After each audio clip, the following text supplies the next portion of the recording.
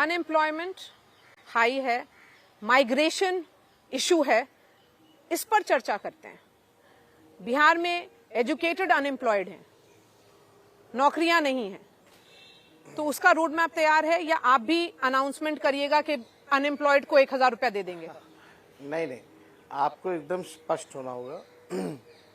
नौकरियां दिलाने के जो सिलसिला जो शुरू हुआ तो वो उन 17 महीनों में ही हुआ। उससे पहले रिक्त पदों को भी नहीं भरा जा रहा था। हमारे बाद जितने रिक्त पदें थी उसकी भी भरा गया, और जो नेशनल एवरेज के मुकाबले जो हम लोगों को आना है उसके लिए भी हम लोगों ने कई पद का सृजन भी किया, क्रिएट किया। तो आप देखिएगा बीपीएससी से हम लोगों ने एज एन एग्जांपल टीचर्स की रिक्रूटमेंट हम लोगों ने कराई। बीपीएससी का लालू जी के बाद 17 महीने में हुआ है, इन बीचों में बीपीएससी से नहीं हुआ। अच्छा। तो आप समझ सकते हैं कि क्वालिटी ऑफ एजुकेशन लोगों को मिले, अच्छे टीचर्स जो हैं सरकारी स्कूलों में जाएं, क्वालिफाइड टीचर्स जाएं, ताकि गुणवत्ता शिक्षा में गुणवत्ता का जो मामला आता है बिहार में वो ख़त्म हो। तो हम लोगों ने वो उसकी जो है वो शुरुआत की। और आप देखिएगा पेपर लीक एकदम नहीं हुआ हमारे टाइम में, उनके टाइम में या हमारे जाने के बाद भी पेपर लीक हुआ, नीट में भी पेपर लीक हुआ, और दोषियों पर अब तक कार्रवाई नहीं की गई है। तो मेरा ये कहना है बीपीएससी TRE-1 TRE-2 हम लोगों ने कराया हमारे 17 महीने में। TRE-3 TRE-4 का क्या हुआ, उसके बाद से ये करा ही नहीं पाए।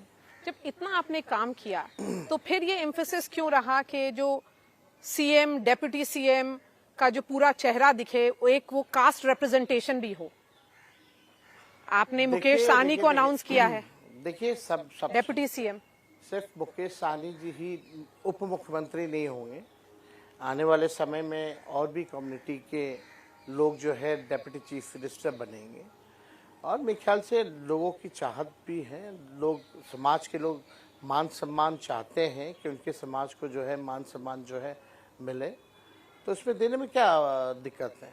कई कई जगह तो 5-5 डेप्यूटी चीफ मिनिस्टर हैं। और आप बताइए इतना काम यूपी में आप देख लीजिए, 2 डेप्यूटी चीफ मिनिस्टर हैं, मुख्यमंत्री भी बीजेपी का और डेप्यूटी चीफ मिनिस्टर भी बीजेपी का। तो फिर डेप्यूटी मतलब सीएम क्या खुद के पार्टी में डेप्यूटी चीफ मिनिस्टर बनाना ये कहाँ से मतलब न्याय है? तो क्या कोई कम्युनिटी के बेसिस पे करेंगे? कम से कम अलायंस है, अलायंस को देखते हुए जो लोगों की जो राय होती है उसको भी हम लोगों को देखना होता है, एड्रेस करना होता है। तो क्या माइनॉरिटी कम्युनिटी का कोई होगा? ये मैं दर्शकों को बता दूं कि तेजस्वी का घर यहाँ पर एयरपोर्ट के पास है, शायद इसीलिए ये प्लेन का टेक ऑफ और लैंडिंग चल रहा है। जी देखिए ये बीजेपी के लोग अभी कुछ दिन पहले ट्रोल कर रहे थे कि 18% वालों को जो है डेप्यूटी चीफ मिनिस्टर नहीं, यानी जब अति पिछड़े के बेटे का हम लोगों ने डेप्यूटी चीफ मिनिस्टर अनाउंस किया तो बीजेपी के पेट में दर्द होने लगा। और यही बीजेपी ट्रोल करा रही है, जिनको ये कहते हैं पाकिस्तान चले जाओ, जिनको ये कहते हैं घुसपैठिया, आज उनकी बात ये कर रहे हैं। तो बीजेपी की भी चिंता को हम लोग दूर कर देंगे। चलिए, आपने कहा कि तो अनाउंसमेंट का हम इंतजार करते हैं। आपने अति पिछड़ा की बात की तेजस्वी, अति पिछड़ा लगभग 36% है जो EBCs माना जाता है पसमंदा को मिला करके, और ये 125 जातियां हैं। मुकेश सहनी का जिस कम्युनिटी से वो आते हैं वो मल्लाह कम्युनिटी, निषाद बहुत ही छोटा है। तो आपको लगता है कि वो एक सेंस जनरेट करेगा, क्योंकि प्रधानमंत्री ने भी अपना कैंपेन कर्पूरी ठाकुर के होम डिस्ट्रिक्ट समस्तीपुर से शुरू किया था, तो वो लोग भी कोशिश कर रहे हैं कि EBCs या अति पिछड़ा के बीच में जाकर के एक मोबिलाइजेशन की कोशिश कर रहे हैं। ये बीजेपी आरक्षण विरोधी लोग हैं।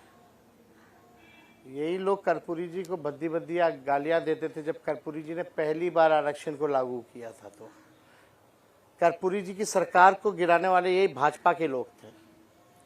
आज ये बहुसंख्यकों की जो कह सकते हैं कि ताकत है, बहुजनों की जो ताकत है, उसके आगे इनको झुकना पड़ा है। और ये केवल चुनाव में ये सब ड्रामा करते हैं।